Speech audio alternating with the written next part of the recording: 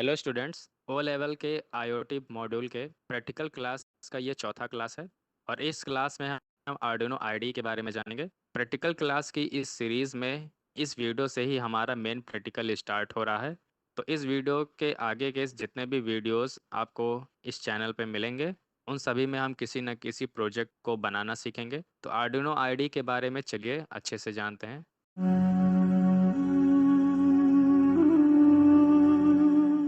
सबसे पहले हम समझ लेते हैं आईडी क्या होता है। आईडी एक एप्लीकेशन सॉफ्टवेयर है जो प्रोग्रामर को सॉफ्टवेयर कोड अच्छे से डिज़ाइन करने के लिए या डेवलप करने में मदद करता है। ठीक है, तो एक ऐसा सॉफ्टवेयर जो प्रोग्रामर को किसी सॉफ्टवेयर की कोड को अच्छे से बनाने में मदद करता है उसी को हम आईडी बोलते हैं। तो आईडी सॉफ्टवेयर में वो सभी टूल्स हमको मिलते हैं जो अच्छे से कोडिंग करने में हमारी मदद करते हैं। तो जब भी आप प्रैक्टिकल एग्ज़ाम देने सेंटर पे जाएंगे तो वहाँ पे आपको कंप्यूटर पे इस सॉफ्टवेयर को ओपन कर लेना है। उस सॉफ्टवेयर का नाम होगा आर्डिनो आईडी। ठीक है, तो आर्डिनो आईडी सॉफ्टवेयर को आपको सर्च करना है और इस सॉफ्टवेयर को आपको सर्च करके ओपन कर लेना है।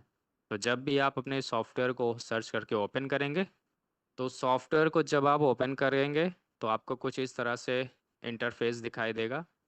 तो इस सॉफ्टवेयर में क्या चीज़ें आपको ध्यान देनी है और किन चीज़ों को आपको सबसे पहले सेट करना है या ऑन करना है या एक्टिवेट करना है, उन चीज़ों के बारे में हम सबसे पहले जान लेते हैं। तो जब भी आप अपने आर्डिनो बोर्ड को अपने कंप्यूटर से कनेक्ट करेंगे यूएसबी के ज़रिए, तो सबसे पहले उस बोर्ड को इसमें इनिशियलाइज़ करना होता है। तो इस आर्डिनो के आईडी को बताना होता है कि आपने कौन सा बोर्ड कनेक्ट किया हुआ है और किस पोर्ट से कनेक्ट किया हुआ है। तो वो चीज़ें आप कहाँ से इस सॉफ्टवेयर को बता सकते हो, वो चीज़ें हम सबसे पहले जानते हैं। तो यहाँ पे आप टूल्स मेनू देख पा रहे होंगे। टूल्स मेनू पे आपको क्लिक करना है और यहाँ पे आपको दिख रहा होगा पोर्ट। यहाँ पे मैंने जो अपना आर्डिनो बोर्ड कनेक्ट किया हुआ है वो इस पोर्ट से कनेक्ट किया हुआ है। तो अगर आपने अपना आर्डिनो बोर्ड किसी यूएसबी पोर्ट से कनेक्ट किया हुआ है तो यहाँ पे ऑप्शंस दिखाई देंगे। तो उनमें से जिसमें से आपने कनेक्ट किया है वहाँ से सेट कर लीजिएगा। फिर उसके बाद में अब ये भी बताना पड़ेगा कि कौन सा बोर्ड आपने सेलेक्ट किया है या आप कौन सा बोर्ड यूज़ कर रहे हो, तो वो भी आपको टूल्स मेनू में ही जाना है। यहाँ पे आपको बोर्ड का ऑप्शन मिल रहा है। तो यहाँ पे इसमें से बोर्ड जो भी आप यूज़ कर रहे हो इसमें से कोई एक बोर्ड आपको सेलेक्ट कर लेना है। मैं यहाँ पे आर्डिनो यूनो यूज़ कर रहा हूँ तो मैं यहाँ पे आर्डिनो यूनो को सेलेक्ट करूँगा। ठीक है, तो सबसे पहले आर्डिनो बोर्ड को किसी यूएसबी पोर्ट से कनेक्ट करिए और उस पोर्ट को सेट कर दीजिए। फिर उसके बाद में कौन सा बोर्ड आप यूज़ कर रहे हो उस बोर्ड को सेट कर लीजिए। तो दोनों चीज़ें करने के बाद में आपका ये जो आईडी है वो आपके यूनोस बोर्ड से कनेक्ट हो गया है। अब जो भी आप स्केच यहाँ पे कोड करोगे उस स्केच को अपलोड करना है और आपका आर्डिनो रन करने लगेगा। तो जब भी आप आर्डिनो का आईडी ओपन करेंगे आपको ये दोनों फंक्शंस दिखाई देंगे। तो इन फंक्शंस के बारे में हम भी थोड़ा जान लेते हैं। तो सबसे पहले हम समझते हैं कि सेटअप फंक्शन क्या होता है। देखिए यहाँ पे लिखा हुआ है जब आर्डिनो ऑन होता है या चालू होता है तो आर्डिनो सबसे पहले सेटअप फंक्शन को रन करता है। इसलिए आप अपने कोड में सेटअप फंक्शन में जो भी कोड लिखते हैं वह सबसे पहले चलता है और यह केवल एक बार ही चलता है। सेटअप फंक्शन के कुछ काम ये हैं, जैसे किसी भी वेरिएबल का प्रारंभिक मान सेट करना, किसी भी पिन को आउटपुट या इनपुट मोड पर सेट करना। जैसे मान लीजिए आप किसी डिजिटल पिन को एज ए इनपुट यूज़ करना चाहते हैं या किसी को ऐसे आउटपुट यूज़ करना चाहते हैं तो वो कोड भी आप सेटअप फंक्शन के अंदर ही लिखोगे।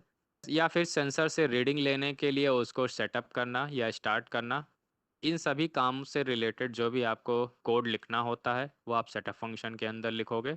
ठीक है, तो इस सेटअप फंक्शन के अंदर ही वो सभी कोड्स आपको यहाँ पे लिखने होंगे जो आप एज ए स्टार्टअप या एज ए स्टार्टिंग वैल्यू के रूप में यूज़ करना चाहते हो वो आप सेटअप फंक्शन के अंदर लिखोगे।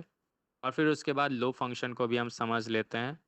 देखिए सेटअप फंक्शन इनपुट और आउटपुट पिन को सेट करने के लिए एक बेहतरीन जगह है, ठीक है, ताकि वे उपयोग के लिए तैयार हो सकें। फिर भी जब भी सेटअप फंक्शन आपका रन हो जाता है तो उसके बाद क्या करना है आर्डिनो को ये बताने के लिए हम लूप फंक्शन यूज़ करते हैं। प्रोग्राम लूप फंक्शन कोड पर चला जाता है। ये कब जाता है? जब सेटअप फंक्शन एक बार रन हो चुका होता है तब। प्रोग्राम लूप फंक्शन के अंदर कोड को बार बार कॉल करता है या रन करता है तब तक कि आर्डिनो बोर्ड बंद ना हो जाए। तो लूप फंक्शन के अंदर जो भी कोड आप लिखेंगे वो बार बार रिपीट होगा। यानी यहाँ पर तो लूप फंक्शन के अंदर हम अपना मेन कोड लिखते हैं जो उस आर्डुइनो बोर्ड को कॉन्टिन्यूसली यानी लगातार करना होता है। जैसे फॉर एग्जांपल अगर आपको सेंसर से डेटा हर 1 सेकंड पे लेना है तो आप उस कोड को आप लूप फंक्शन के अंदर लिखेंगे, क्योंकि यही वो जगह है जो बार बार काम कराने के लिए यूज़ करते हैं हम। और सेटअप फंक्शन केवल जो एक बार हमको काम करना होता है वो काम हम केवल सेटअप फंक्शन के अंदर लिखेंगे। तो लूप फंक्शन में जैसे मान लीजिए आपने 3 लाइन लिखा, ठीक है? तो आपने अगर 3 लाइन लिखा है लूप फंक्शन के अंदर, तो सबसे पहले पहला लाइन चलेगा, फिर दूसरा लाइन चलेगा, फिर तीसरा लाइन चलेगा। अब चूंकि चौथा लाइन नहीं है तो फिर से वो पहला लाइन रिपीट करेगा, फिर दूसरा लाइन रिपीट करेगा, फिर तीसरा लाइन रिपीट करेगा, फिर चौथा लाइन नहीं मिलेगा तो फिर से पहला लाइन, फिर दूसरा लाइन, फिर तीसरा लाइन, ऐसे ऊपर से नीचे, फिर ऊपर से नीचे, फिर ऊपर से नीचे, इसी क्रम में आपके लूप के अंदर के कोड रन होते हैं। और वो तब तक रन होंगे जब तक आर्डुइनो बोर्ड को आप बंद नहीं कर देते हैं या ऑफ नहीं कर देते हैं, तब तक आपका ये 1 2 3 1 2 3 वाला स्टेप रिपीट होता रहेगा।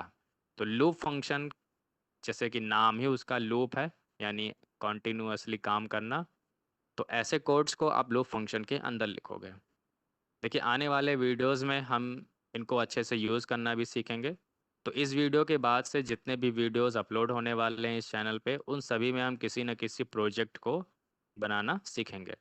अब हम इस कोड को सेव कैसे करेंगे, या फिर हम अपने कोड को अपलोड कैसे करेंगे या चेक कैसे करेंगे कि सही है या गलत है, तो यहाँ पे आप टिक का बटन देख पा रहे होंगे। ये टिक का बटन वेरीफाई का बटन है। आपको अगर अपना कोड चेक करना है कि उसमें कोई एरर है या नहीं है, तो आप इस वेरीफाई के बटन पे टिक कर सकते हैं। जब आप वेरीफाई के बटन पे क्लिक करेंगे तो यहाँ पे लिख कर आएगा कंपाइलिंग स्केच, यानी आपके स्केच को कंपाइल किया जा रहा है। अगर कोई एरर होगा तो एरर मैसेज आपको दिखाई देगा मैसेज वाले पैनल में। अगर आपका कोड अच्छे से कंपाइल हो चुका है, कोई एरर उसमें नहीं है, तो वो मैसेज भी आपको दिखाई देगा। अगर आपको अपना फाइल सेव करना है तो आप यहाँ फाइल मेनू पे क्लिक कर सकते हैं। सेव के ऑप्शन पे क्लिक करके आप फाइल को सेव कर सकते हैं। अगर आपको कुछ एग्जांपल्स देखने हैं कि इसमें कौन कौन से एग्जांपल्स पहले से मौजूद होते हैं ताकि आप वहाँ से कुछ सीख सकें, तो यहाँ पे आपको एग्जांपल्स का ऑप्शन दिखाई देगा फाइल मेनू में ही। उसके बगल में वेरीफाई के बगल में अपलोड का बटन है। जब इस बटन पे आप क्लिक करेंगे तो आपका जो स्केच है, ठीक है, वो पहले कंपाइल होगा, और कंपाइल होने के बाद में अगर उसमें एरर नहीं है तो आपके बोर्ड पे वो स्केच या कोड अपलोड हो जाएगा। और अपलोड होने के साथ ही वो कोड को एग्जीक्यूट करना भी स्टार्ट कर देगा, यानी वो काम करना भी शुरू कर देगा। रियल में जो कोड है वो हम अगले वीडियो से ही लिखेंगे या सीखेंगे, ठीक है? देखिए ओ लेवल के प्रैक्टिकल क्लास में जितने ज़रूरी चीज़ें आपको जाननी थी उतना ही मैंने इस वीडियो में बताया है। इतने से आपका प्रैक्टिकल एकदम अच्छे से बिना किसी दिक्कत के कंप्लीट हो जाएगा। तो इस वीडियो में बस इतना ही। आने वाले वीडियो का आप इंतज़ार करिए। तब तक के लिए धन्यवाद।